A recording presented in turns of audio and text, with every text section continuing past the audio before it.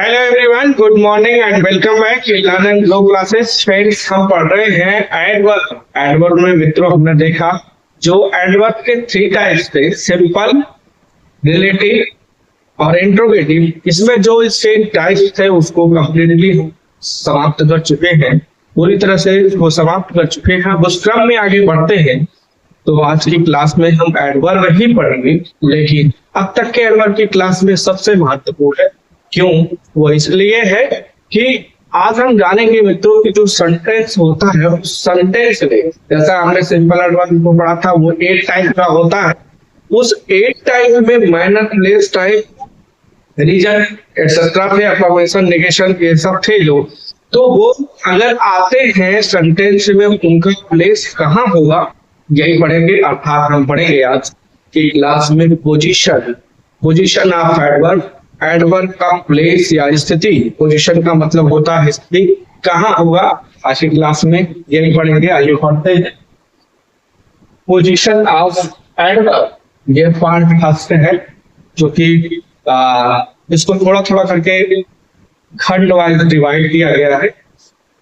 इकट्ठा अगर हम पढ़ लेंगे तो थोड़ा क्लास भी लंबी हो जाएगी और क्लास बहुत इंटरेस्टिंग नहीं रह जाएगी, इसलिए हमने इसको पार्ट वाइज डिवाइड किया है। फर्स्ट पार्ट में जो पढ़ेंगे पहले पोजीशन ऑफ एडवर्ब। पोजीशन मतलब होता है स्थिति और होता है आगे के। एडवर्ब का मतलब आप जान ही रहे हैं कि क्रिया विशेषण होता है। क्रिया विशेषण, तो क्रिया विशेषण का स्थान स्थिति का होगी। ये लिखा है पहला जो इसका है एडवर्ब ऑफ मैनर। जो adverb of manner which answer the question how, जिसका हमें उत्तर, या फिर सेंटेंस में यूं कहें हम कि सेंटेंस जो है उस सेंटेंस में एडवर्ब ऑफ मैनर को पाने के लिए क्रिया से प्रश्न करते थे। वो शब्द है क्या? हाउ। हाउ या फिर कैसे से अगर हम प्रश्न करते हैं तो आंसर में जो हमें प्राप्त होता है वो एडवर्ब ऑफ मैनर क्या है। मैनर, अच्छा, ये एडवर्ब ऑफ मैनर जो है हम देखे थे कि जो एडवर्ब होता है सिंपल एडवर्ब, ये 8 टाइप का। इस 8 टाइप में ये एडवर्ब ऑफ मैनर एक है। उसमें से कह कि एडवर्ब ऑफ मैनर जो है उसका आंसर, उसको पाने के फाइंड आउट करने के लिए हम एग्जाम जो सेंटेंस होगा उसमें क्रिया होगी, जो वर्ब उसके पहले लगा करके प्रश्न करते हैं। आंसर में जो हमें प्राप्त होता है वो एडवर्ब ऑफ मैनर। यहाँ पे कुछ वर्ड्स लिखे गए हैं जो एडवर्ब ऑफ मैनर को शो करते हैं। अगर आप क्वेश्चन नहीं कर पाते तो इस शब्दों से जान सकते हैं कि ये क्या है, एडवर्ब ऑफ मैनर को शो करते हैं। हालांकि इसमें बहुत मैनर पार्ट में दिया है, जो इससे पहले एडवर्ब ऑफ मैनर की क्लास जो वीडियो में भी है उसमें जाएंगे तो बहुत सारे वर्ड है जो एडवर्ब ऑफ मैनर को शो करते हैं। वहां से आप उनको एक बार पढ़ लेंगे, 2-3 बार दफा पढ़ लेते हैं तो आपको अगर क्वेश्चन करने नहीं आता है तो भी आप आसानी से सेंटेंस में एडवर्ब ऑफ मैनर कहाँ है उसे फाइंड आउट कर सकते हैं। देखिए वर्ड है well. Well, fast, quickly, carefully, calmly. ये सब जितने वर्ड हैं ये एडवर्ब ऑफ मैनर को शो करते हैं। और जनरली मतलब होता है सामान्यतः। सामान्यतः, प्लेस स्थान। आफ्टर का मतलब होता है कि पश्चात। वर्ड, ये सामान्यतः एडवर्ब ऑफ मैनर सेंटेंस में आया हो तो उसका सामान्यतः स्थान वर्ब के पश्चात होता है, या फिर कह रहा आगे आर। इस आर का मतलब होता है अथवा आफ्टर द ऑब्जेक्ट, उस ऑब्जेक्ट के पश्चात होता है।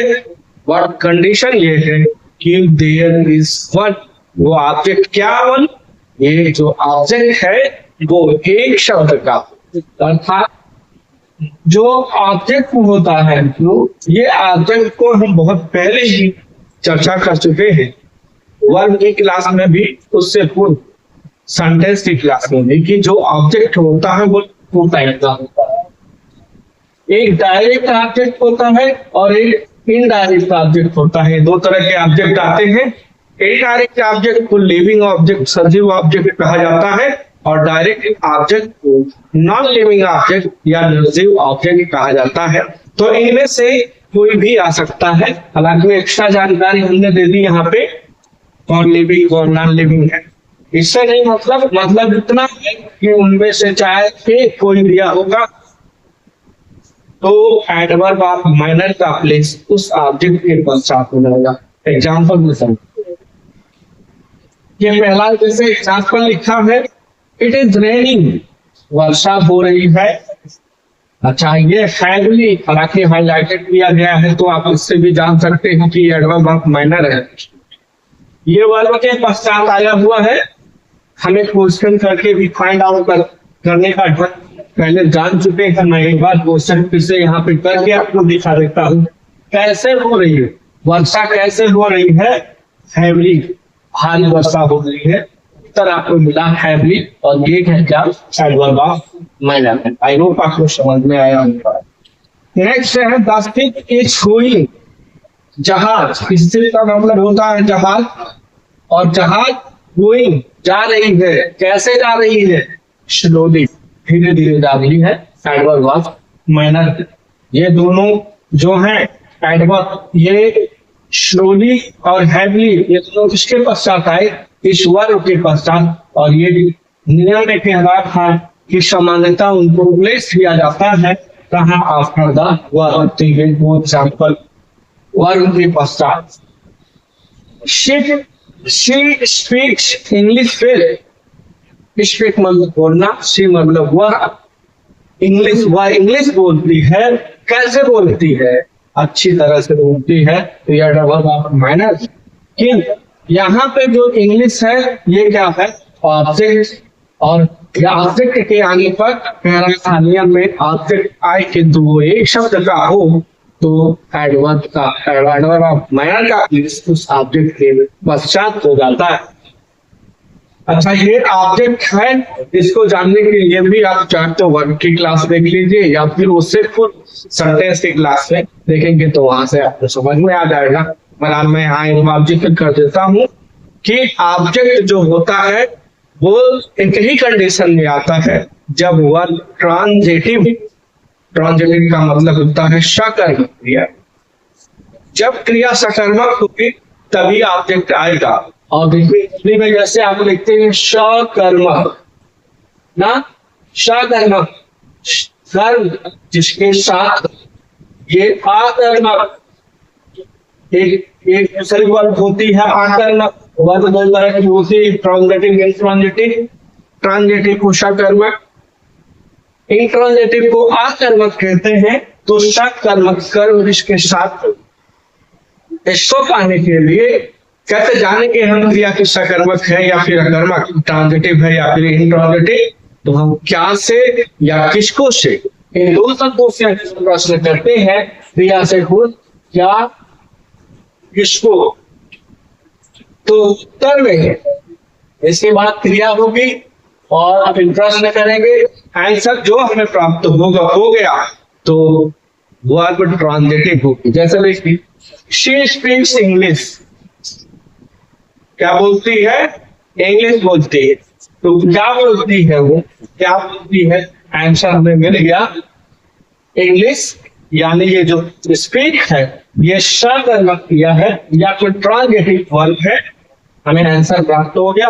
और ये ऑब्जेक्ट है, ऐसा ऑब्जेक्ट है यहाँ हमें नहीं बताना है। तो ये शब्द का है और उसके पश्चात आया एडवर्ब ऑफ माइनर वेल के रूप में। और इसको पाने के लिए हमें कैसे से प्रश्न करना होगा? कैसे बोलती है वेल, अच्छे तरह से। नेक्स्ट है 4 नंबर का, he does his work carefully। Carefully highlighted है, एडवर्ब ऑफ माइनर है, लेकिन यहाँ his work क्या है? सकर्मक। सब ये सॉरी ऑब्जेक्ट क्या है? ये ऑब्जेक्ट है। और ऑब्जेक्ट के आने के पश्चात अगर ऑब्जेक्ट एक वर्ड का आ जाता है हिज वर्क, अब यहाँ कहिएगा यहाँ हिज वर्क दो शब्दों में है, ये भले दो शब्द हो गए लेकिन एक ही बात कह रहा अपना कार्य। तो ये ऑब्जेक्ट था और इसके पश्चात इसको रखा गया। तो दो एग्जाम्पल आपने देखा कि ऑब्जेक्ट के पश्चात एडवर्ब ऑफ माइनर, और दो एग्जाम्पल आपने देखा वर्ब के पश्चात एडवर्ब ऑफ माइनर का प्लेस। इसे आप समझते हैं। आगे बढ़ते हैं। तो अगला कह रहा है कि एडवर्ब नेक्स्ट रूल है adverbs are adverb phrase. Adverb हो या एडवर्ब फ्रेज हो और वो किस चीज का हो, प्लेस का। किसका? प्लेस का। मतलब ये कहना चाहता है कि अगर एडवर्ब ऑफ प्लेस अगर सिंगल शब्द का होगा तो एडवर्ब, अगर एक सिंगल से अधिक हुआ, एक शब्द से अधिक हुआ तो वो फ्रेज बन जाता है। फ्रेज को भी मैं बहुत पहले जिक्र कर चुका हूं कि फ्रेज क्या होता है। फ्रेज की हिंदी होती है वाक्यांश, अर्थात वाक्य का एक अंश। आप जानते हैं कि जो सेंटेंस होता है, सेंटेंस में सब्जेक्ट वर्ब होने पर एक सेंटेंस कंप्लीट हो जाता है। जैसे ही गोज हम यू कहते हैं, तो आप कह सकते हैं कि जो सेंटेंस होता है उसको पूरा होने के लिए सब्जेक्ट और वर्ब की आवश्यकता होती है। वाक्यांश में यही फर्क होता है वाक्य और वाक्यांश में। वाक्यांश वाक्य का एक अंश होता है, अर्थात वो वाक्य नहीं हो सकता, और वाक्य पूरा होने के लिए सब्जेक्ट वर्ब चाहिए, अर्थात इसमें कोई एक ना होगा सब्जेक्ट या वर्ब, दोनों में से कुछ नहीं होगा। समझने के लिए इसे जान सकते हैं। बाकी जो भी होगा, अगर एक से अधिक शब्द है तो वो फ्रेज बन जाता है, वाक्यांश होता है। वो कह रहा है कि एडवर्ब फ्रेज आप प्लेस स्थान के पे एडवर्ब आया हो या एडवर्ब फ्रेज। जैसे देखिए यहाँ पे कुछ एडवर्ब आप प्लेस बताए गए, जैसे हियर एक शब्द का है एडवर्ब है, देयर एक शब्द का है एडवर्ब है। देखिए एवरीवेयर ये दो शब्द से मिलकर बना है, ये क्या है? फ्रेज।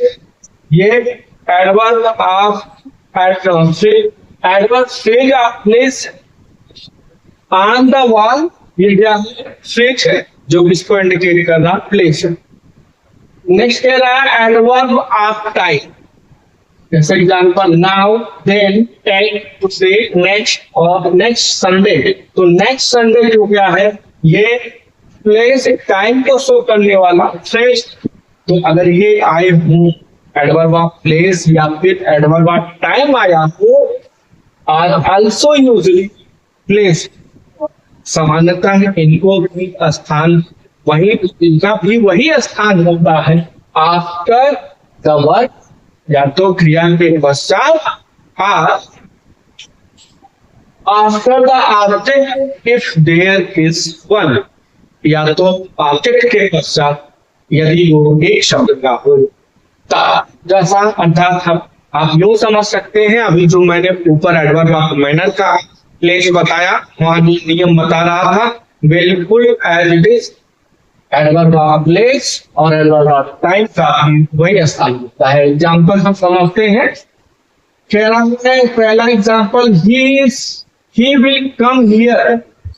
अच्छा, एडवर्ब ऑफ प्लेस जो है इसका हम बहुत पहले जान चुके हैं कि कहां से या फिर वेयर से प्रश्न करने पर हमें जो प्राप्त होता है वो एडवर्ब ऑफ प्लेस होता है। अच्छा, एडवर्ब ऑफ टाइम का वेयर से या फिर कब से प्रश्न करने पर हमें जो प्राप्त होता है वो एडवर्ब ऑफ टाइम होता है। He will come here, verb के आने पर उसके पश्चात समानार्थी place.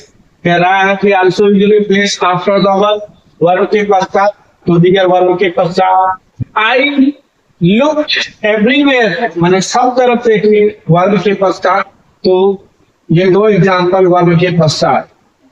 Hand a picture, clear? Sentence कैसा है? इंपरेटिव सेंटेंस है, ये दोनों सिंपल सेंटेंस थे।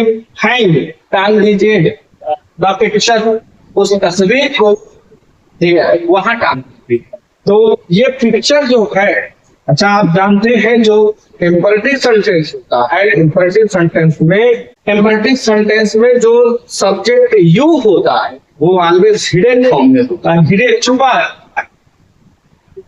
किसी को कह रहा होगा आप या तुम टांग दो, चल उस तस्वीर को वहां टांग, तो ये जो देयर है ये क्या है, एडवर्ब ऑफ प्लेस, ये एडवर्ब ऑफ प्लेस है। नेक्स्ट एग्जांपल है आई मेट हिम यस्टरडे, मैं मिला, हिम उससे ऑब्जेक्ट है, मैं उससे मिला, किससे मिला, किसको या क्या या किसको से प्रश्न करते हैं, किससे मिला, उससे मिला, कब मिला, यस्टरडे मिला, ये एडवर्ब ऑफ टाइम। नेक्स्ट है they are to be married, वो शादी करेंगे, कब, नेक्स्ट वीक, अगले सप्ताह वो शादी करेंगे, तो ये नेक्स्ट वीक, यस्टरडे, ये दोनों adverb of time. There, everywhere और हियर ये एडवर्ब ऑफ प्लेस को इंडिकेट करते हैं, तो उनका प्लेस आपको ध्यान रखना है। एडवर्ब ऑफ मैनर जिस तरह से यूज होता है वर्ब के पश्चात और ऑब्जेक्ट आए, किंतु शर्त यह है कि वो ऑब्जेक्ट एक शब्द का होता है, अगर तो एडवर्ब का प्लेस उस ऑब्जेक्ट के पश्चात होगा। नेक्स्ट आगे बढ़ते हैं, तो अगला रूल है when there are two or more adverbs, जब एडवर्ब दो या दो से अधिक हो, एडवर्ब जब दो या दो से अधिक हो, आफ्टर अ वर्ब, वर्ब के पश्चात एंड इट्स ऑब्जेक्ट, और उसके पश्चात ऑब्जेक्ट भी अगर आया हो, तो नॉर्मल ऑर्डर, उनका जो नॉर्मल ऑर्डर होगा, क्रम होगा, adverb of manner, adverb of place, adverb of time आता है। इसे हमने आपको एम.ई.टी. के फॉर्मूले से बताया है कि अगर लगे, क्या मैं कहने का मतलब क्या है, जो रूल है वो ये कह रहा कि अगर किसी वाक्य में वर्ब या ऑब्जेक्ट के पश्चात ये तीनों आए हैं, adverb of manner, adverb of place और एडवर्ब ऑफ टाइम, तो उनका सीक्वेंस मैनर, प्लेस और टाइम के क्रम में होता है, यही कह रहा है। कभी कभी ऐसा होता है कि अगर मान लीजिए एक नहीं दिया तो एक फॉर्मूला ट्रीटी के रूप में हो जाएगा, लेकिन ये टाइम पहले नहीं आएगा और ये प्लेस बाद में नहीं जाएगा, इसी सीक्वेंस में कट जाएगा, तो ऐसे आएगा। आई होप आपको समझ में आ गया होगा। जो मुझसे रह गया एग्जाम्पल समझिए, she sang well in the concert, she sang well in the concert, देखिए ये क्या है, ये वेल गाती है, कैसे गाती है, अच्छी तरह से गाती है, और उसके पश्चात ये क्या है, इन द कंसर्ट, प्लेस को सोचा था, तो पहले आया मैनर फिर प्लेस, और टाइम नहीं दिया गया है तो कोई बात नहीं। वी शुड गो, हम जाएंगे देयर, वहां, टुमारो इवनिंग, तो टुमारो इवनिंग क्या है, ये देयर क्या है, देयर कहाँ जाएंगे, प्लेस, टाइम, और ये टाइम को सोच रहा है। तो अगर दोनों दो आते हैं जो सीक्वेंस में है, वो सीक्वेंस आपको पूछ रहे हैं। He spoke earnestly at the meeting last night, and earnestly at the meeting last night, last night समय को शो कर रहा, ये प्लेस को और ये माइनस को।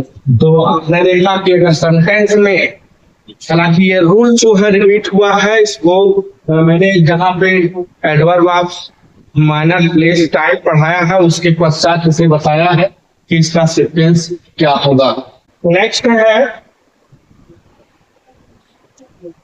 एडवर्ब ऑफ फ्रीक्वेंसी, जो एडवर्ब ऑफ फ्रीक्वेंसी है, विच आंसर द क्वेश्चन, जिसका हमें क्वेश्चन किससे करने की प्राप्त होता है, एडवर्ब ऑफ फ्रीक्वेंसी, कितना प्रायः, कितना हद, कितने हद तक, तो हाउ ऑफ्टन से हमें क्रिया में प्रश्न करने पे प्राप्त होता है एडवर्ब ऑफ फ्रीक्वेंसी कितने हद तक। उसके एडवर्ब ऑफ फ्रीक्वेंसी से संबंधित कुछ एग्जाम्पल दिए गए हैं।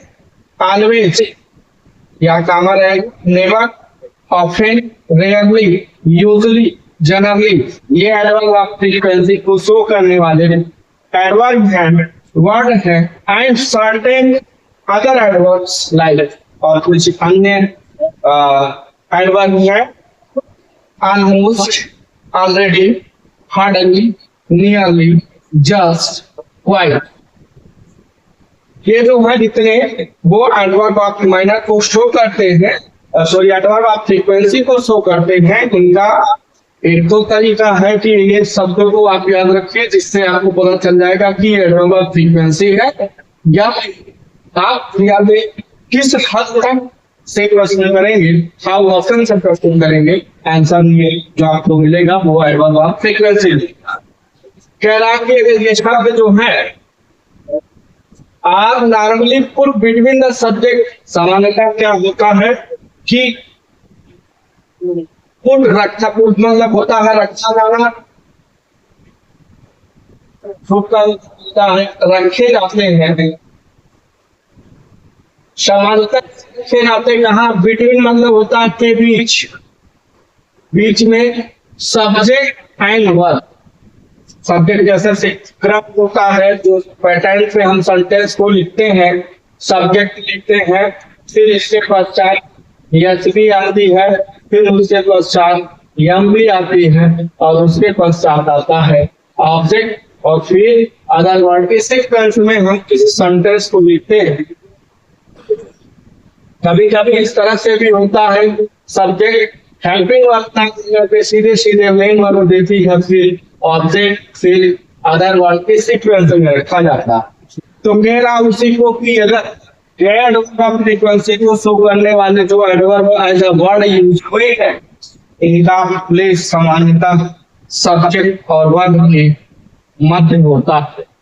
अगर मेन वर्ब दी गई है तो if the verb consist of only one word, देखिए कह रहा कि अगर सब्जेक्ट जो वर्ब है वो केवल एक शब्द ही हो, तो ऐसी दशा में ये सब्जेक्ट और उस वर्ब के बीच रखे जाते हैं कौन, एडवर्ब ऑफ फ्रीक्वेंसी।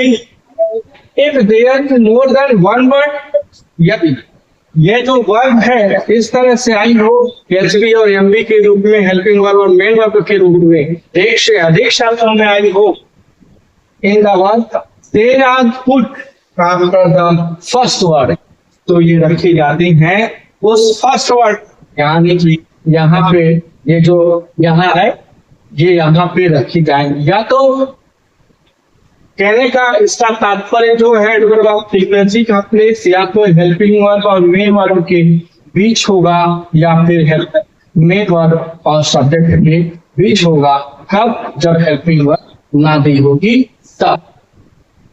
एग्जाम्पल से समझते हैं। His wife never cooks. His wife, उसकी पत्नी never cooks, कभी नहीं पकाती है, क्या भोजन नहीं पकाती है। ये क्या है, ये सब्जेक्ट, ये वर्ब, और ये मेन वर्ब के रूप में आई है, हेल्पिंग वर्ब नहीं दी गई है, तो नेवर जो एडवर्ब ऑफ फ्रीक्वेंसी को शो करता है इसके थ्रू, जैसा मैंने यहाँ बताया। नेक्स्ट है he has never seen a tiger, never seen a tiger, ये सब्जेक्ट, ही सब्जेक्ट, ये हेल्पिंग वर्ब, ये मेन वर्ब, और अ टाइगर इसका ऑब्जेक्ट। हेल्पिंग वर्ब और मेन वर्ब दोनों दी गई हैं, तो एडवर्ब ऑफ फ्रीक्वेंसी का प्लेस इन दोनों के मध्य होगा। नेक्स्ट देखिए, I have often told him to the write neatly. I have often, मैं प्राय से कहता हूँ, टू राइट नीटली, स्पष्ट तरीके से लिखने का। तो हैव और टोल्ड मेन वर्ब और हेल्पिंग वर्ब के बीच रखा गया, और फिर एडवर्ब ऑफ फ्रीक्वेंसी को जो शो करता है। दूसरा उदाहरण देखते हैं। आगे लिखा है, we usually have breakfast at 8। We usually हम सामान्यतः हैव ब्रेकफास्ट कर लेते हैं एट 8 बजे तक। हम सामान्यतः ब्रेकफास्ट कर लेते हैं। तो हैव यहाँ पे हेल्पिंग वर्ब के रूप में नहीं है। अगर हेल्पिंग वर्ब के रूप में रहते तो इससे पश्चात विच दिया होता, और विच यहाँ पे यूज नहीं की गई है, अर्थात ये मेन वर्ब का काम कर रही है, इसलिए इसके लिए पूर्व रखा गया। My uncle has just gone, देखिए हैज जस्ट गॉन, तो gone third form, has helping verb, gone main verb, और इन दोनों के बाद आया just. I quite agree with you, मैं तुमसे पूरी तरह से सहमत हूँ, तो एग्री वर्ग के रूप में और उससे पूर्व का आना ये बताता है कि ये एडवर्ब फ्रीक्वेंसी है, किस हद तक तुमसे सहमत हूँ, क्वाइट पूरी तरह से सहमत हूँ। My uncle has just gone, तो यहाँ पे मेन वर्ब और हेल्पिंग वर्ब आप इसे ध्यान में रखें। आगे के है रूल, नेक्स्ट रूल है कि if the verb is and are was, these adverbs are placed after the verb, या फिर यूं कहें आप जो टू बी होता है, अगर किसी सेंटेंस में टू बी दी गई हो, वो भी क्या होती है, इज, एंड, आर, वाच और वर्ब। अगर ये किसी सेंटेंस में दी है तो जो एडवर्ब ऑफ फ्रीक्वेंसी होगा इसके पश्चात रखा जाएगा, इसके बाद, एंड के बाद, आर के बाद, वाच के बाद और वर्ब के पश्चात एडवर्ब ऑफ फ्रीक्वेंसी का प्लेस होगा। एग्जाम्पल से देखिए, I am never late for school, मैं कभी भी स्कूल के लिए लेट नहीं होता, तो एंड के बाद adverb of frequency. He is always at home on Sunday.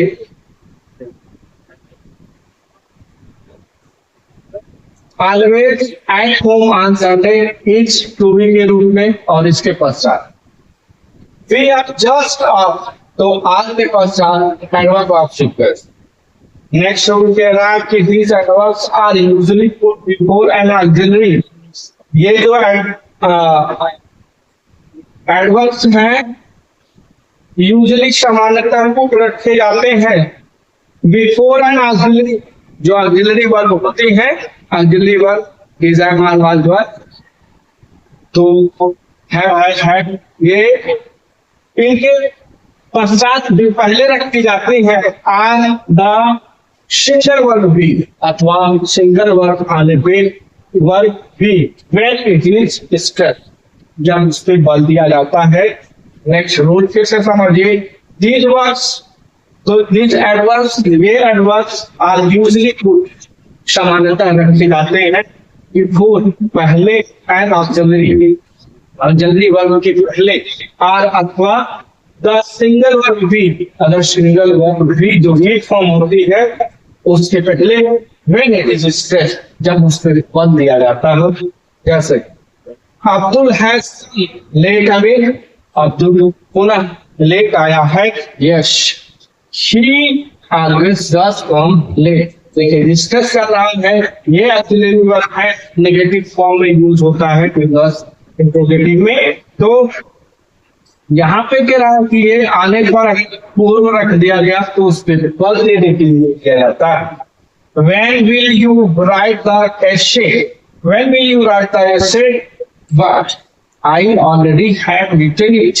परंतु मैंने तो इसे पहले से ही लिख कर रखा है, इसके पहले ही यूज किया। आगे देखते हैं, Will you be free on Sunday? क्या तुम संडे को स्वतंत्र रहते हो, फ्री रहते हो? I usually am free on Sunday. मैं सामान्यतः संडे को फ्री रहता हूँ, am से पहले यूज किया गया। Do you eat meat? क्या तुम मीट खाते हो? Yes, I sometimes do. कभी कभार मैं खाता हूँ, तो ये दो से पहले यूज किया। नेक्स्ट रूल कह रहा है कि when an auxiliary is used alone, जब किसी ऑक्सिलरी का प्रयोग अकेले किया गया हो,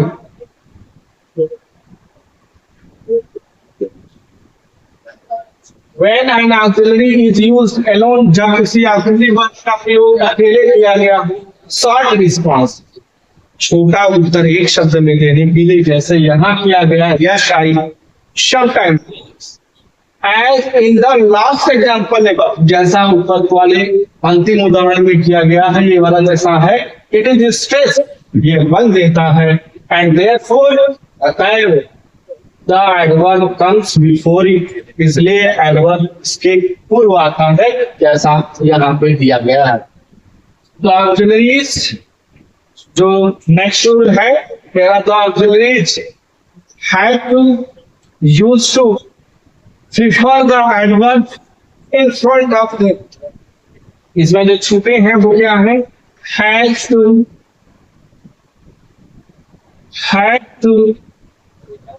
अगर had to use to दिया गया है तो adverb का प्लेस इसके पूर्व होगा। एग्जाम्पल से समझते हैं।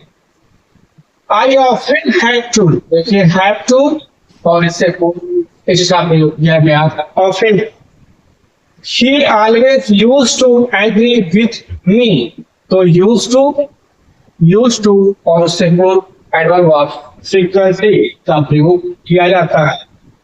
When an adverb modify an adjective, जब adverb किसी adjective को modify करता है, qualify करता है, और another adverb अथवा दूसरे adverb, जैसा एक्सप्रेशन में है एडवर्ब अपने आप को भी मॉडिफाई करता है, तो कह रहा है अथवा दूसरे एडवर्ब